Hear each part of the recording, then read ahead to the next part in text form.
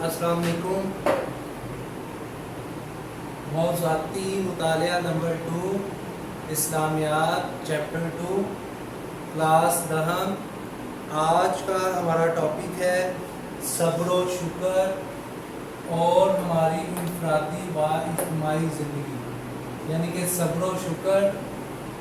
اور ہماری صبر و شکر کی انسانی زندگی پر، یعنی کہ انسانی زندگی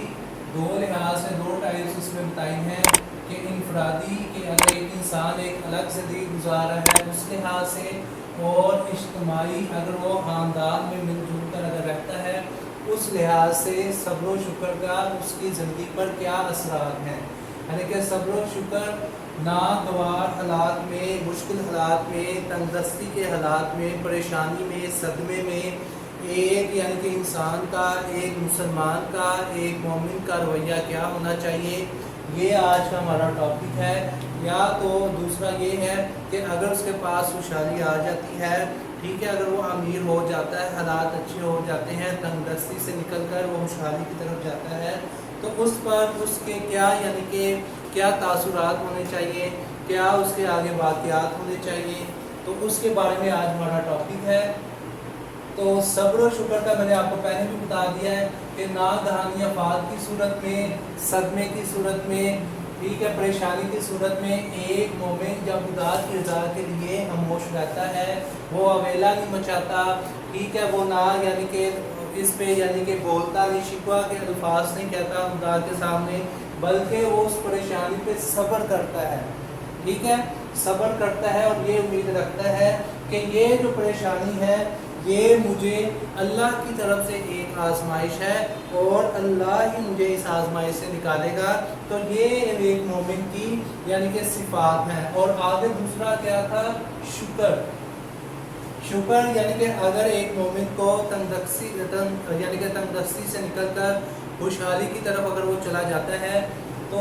اگر وہ خوشحال ہو جاتا ہے، اس کے پاس دولت کی، مال کی، اولاد کی کثرت ہو جاتی ہے، اللہ اسے کسی بھی چیز سے محروم نہیں رکھتا، تو اس پر آیا کہ وہ شکر کا اظہار، کیونکہ ہمارا ٹاپک کیا ہے؟ صبر و شکر، کہ شکر کا اظہار کرتا ہے کہ نہیں، کہ وہ یعنی کہ آگے سے آگے مانگنے کی، آگے سے آگے خواہشات کرتا ہے، یا اسی پر شکر کرتا ہے اور اللہ کی نعمتوں کا شکر ادا یعنی کہ شکر بجا لاتا ہے۔ اللہ پاک نے قرآن مجید میں بھی فرمایا ہے لَإِن شَكَرْتُمْ لَأَزِيدَنَّكُمْ، کہ اگر تم شکر ادا کرو گے تو تمہیں اور زیادہ دیا جائے گا، کہ اگر تم شکر ادا کرو گے تو تمہیں اور زیادہ دیا جائے گا۔ تو آج کا ہمارا ٹاپک اسی چیز کے بارے میں ہے، صبر و شکر،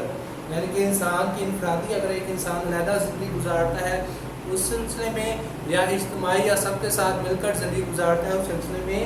ایک انسان کا، ایک مومن کا بحیثیت مسلمان کیا رویہ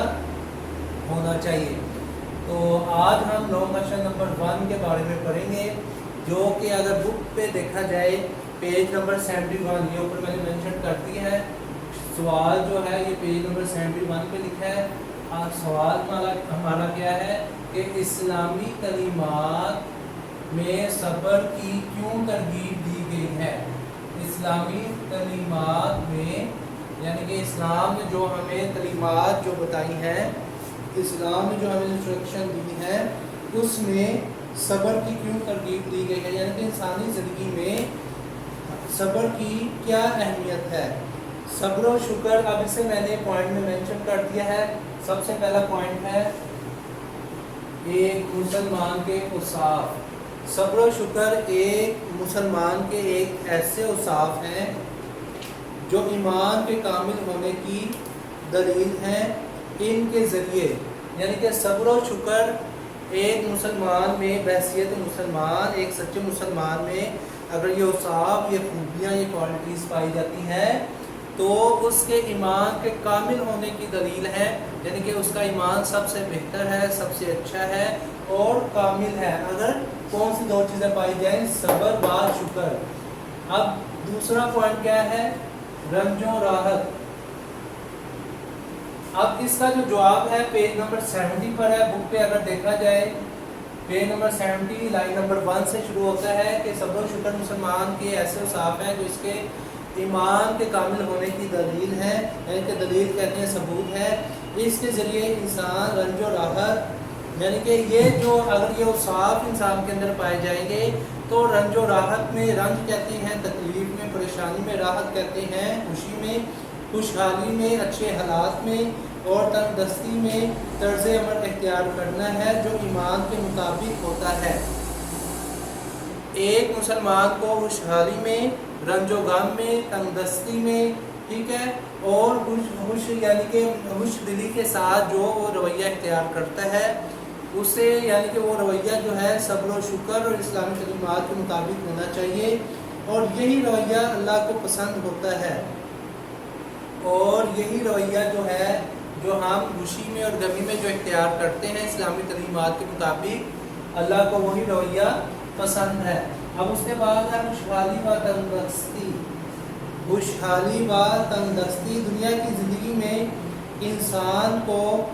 بہت سے، یعنی کہ بعض ایسے واقعات پیش آتے ہیں، بعض اوقات یعنی کہ اس کے لیے یہ واقعات خوشگوار ہوتے ہیں، اور بعض اوقات یعنی کہ یہ واقعات جیسے حالات و واقعات، پوائنٹ نمبر 4، 3 اور 4 کو میں ساتھ ہی ایک دفعہ آپ کو اس کے بارے میں بتا دیتا ہوں کہ انسانی زندگی میں بعض اوقات ایسے واقعات پیش آتے ہیں جو اس کے لیے یعنی کہ اچھے ثابت ہوتے ہیں، یعنی کہ مثبت ثابت ہوتے ہیں، اور بعض اوقات ایسے واقعات پیش آتے ہیں جو اس کی زندگی میں منفی ثابت ہوتے ہیں۔ یعنی کہ اگر اس کا تفصیلی جائزہ لیں تو ہم یہ کہہ سکتے ہیں بعض اوقات انسان پر اچھے حالات بھی آ جاتے ہیں، اور بعض اوقات اسے پریشانیوں کا، تنگدستیوں کا، صدموں کا، مصیبتوں کا سامنا کرنا پڑتا ہے۔ تو ایسی صورتحال میں مومن کو وہ رویہ اختیار کرنا چاہیے جو کہ صبر و شکر پر مبنی ہو، یعنی کہ اگر اچھے حالات آ گئے ہیں تو اس کو اس پر شکر ادا کرنا چاہیے، اور اس کو یہ نہیں کہنا چاہیے میری محنت کی وجہ سے یہ ایسے، میں نے دیکھے محنت کتنی کی، میں نے اتنے سال کی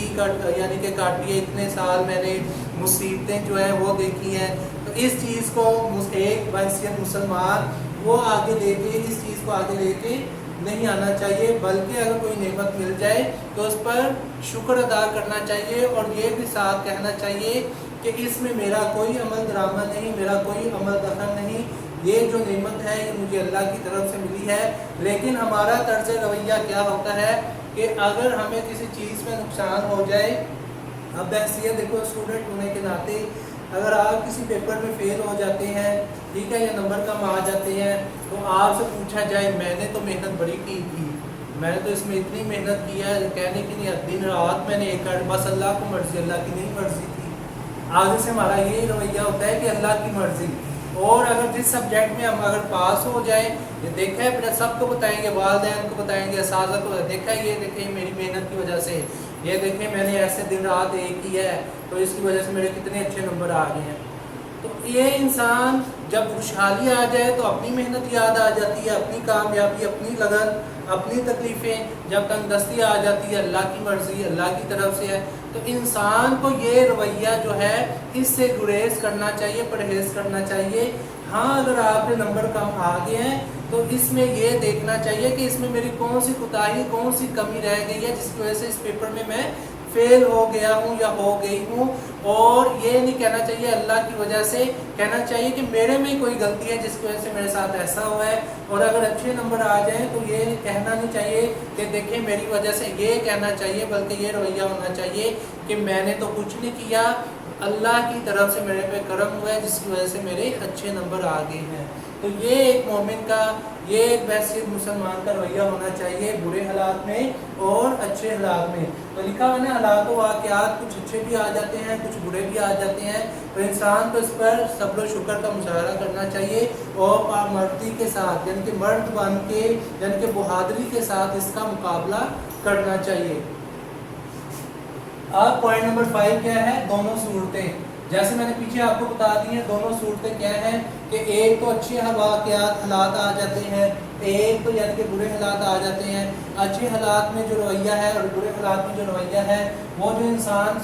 یعنی کہ اس کا امپلیمنٹ کرتا ہے، اپنا کردار ان دونوں حالات میں یعنی کہ ادا کرتا ہے، تو اس میں صبر و شکر کا اسے مظاہرہ کرنا چاہیے۔ بلکہ یعنی کہ ڈرنے سے وبیلا مچانے سے اچھا ہے وہ اللہ کا شکر ادا کرے اور مصیبت پر صبر کرے۔ اب پوائنٹ نمبر 6، انفرادی و اجتماعی زندگی۔ اس لیے صبر و شکر انسان کی انفرادی و اجتماعی زندگی میں اس کو بہت ہی اہمیت حاصل ہے۔ اب پوائنٹ نمبر 7، صبر۔ صبر کے لفظی معنی ہے کہ کسی کے احسانوں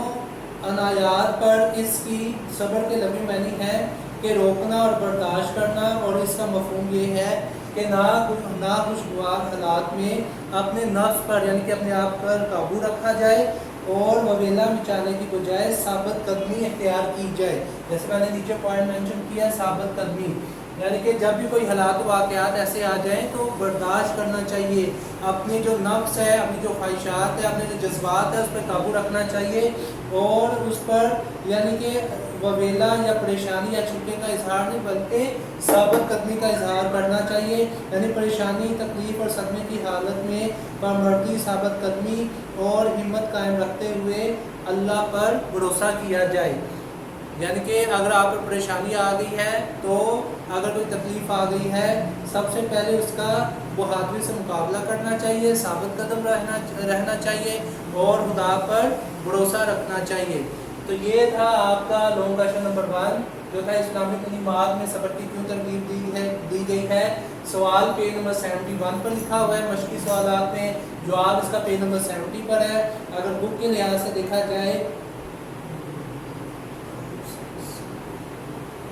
فرسٹ 7 لائنز جو ہے یہ اس سوال کا جواب ہے، آپ نشان بھی لگا سکتے ہیں۔ تو اسے آپ نے اچھے طریقے سے یاد کرنا اور اسے لکھنا ہے۔ شکریہ۔